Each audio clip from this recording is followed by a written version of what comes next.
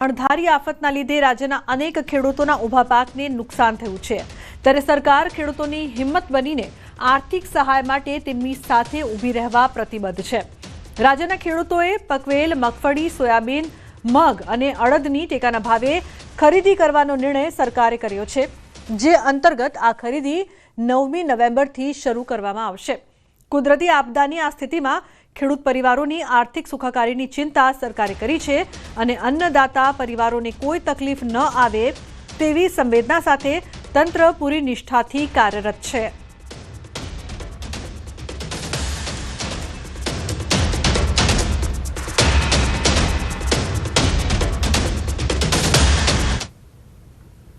ગીર સોમનાથમાં થયેલા ભારે વરસાદ અને પૂરના કારણે ખેડૂતોનું સર્વસ્વ લૂંટાઈ ગયું છે।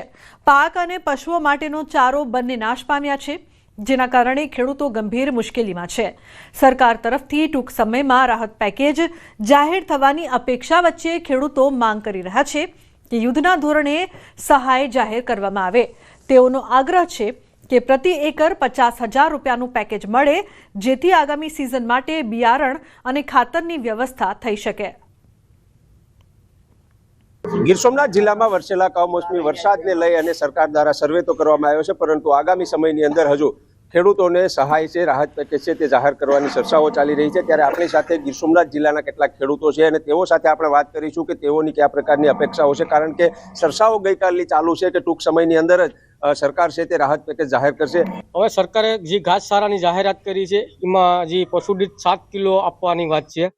હવે પશુદીઠ 7 કિલો આપે તો માની લો કે અમારે 10-12 ઢોર પશુ છે તો એ અમને કેટલા મહિનાનું આપશે? અમને આખા વર્ષની તો આશા નથી, કમસે કમ 4 મહિનાનું જો પશુદીઠ ઘાસચારો આપવા આવે, જે 7 કિલોની વાત છે એની જગ્યાએ 10-15 કિલો ઘાસચારો એક પશુદીઠ આપે એક દિવસનું, તો અમને સરકાર પાસે એવી અપેક્ષા છે કે અમને 2 થી લઈને 4 મહિના સુધીનો ઘાસચારો આપવા વિનંતી। એ યુદ્ધના ધોરણે કરે, જેથી કરીને વિષમ પરિસ્થિતિનો સામનો ન કરવો। હાલ નાખવા માટે પશુઓને એક તણખલું પણ બેસ્યું નથી, પશુ ભાંભળના નાખે તો કરવું હું દ્વિધામાં છે। સરકાર વહેલામાં વહેલી છે કે યુદ્ધના ધોરણે જાહેરાત કરે અને ઘાસચારાનું વિતરણ કરે એવી અપેક્ષા અમે રાખીએ। 100% નુકસાની છે। કોઈ પણ જાતનું એક વસ્તુ પણ નથી, ચારો બેસો નથી, દાણો બેસો કે નથી માંડવી બસી। માટે ખેડૂતોને કોઈ ઐતિહાસિક પેકેજ સરકાર તરફથી આપવામાં આવે।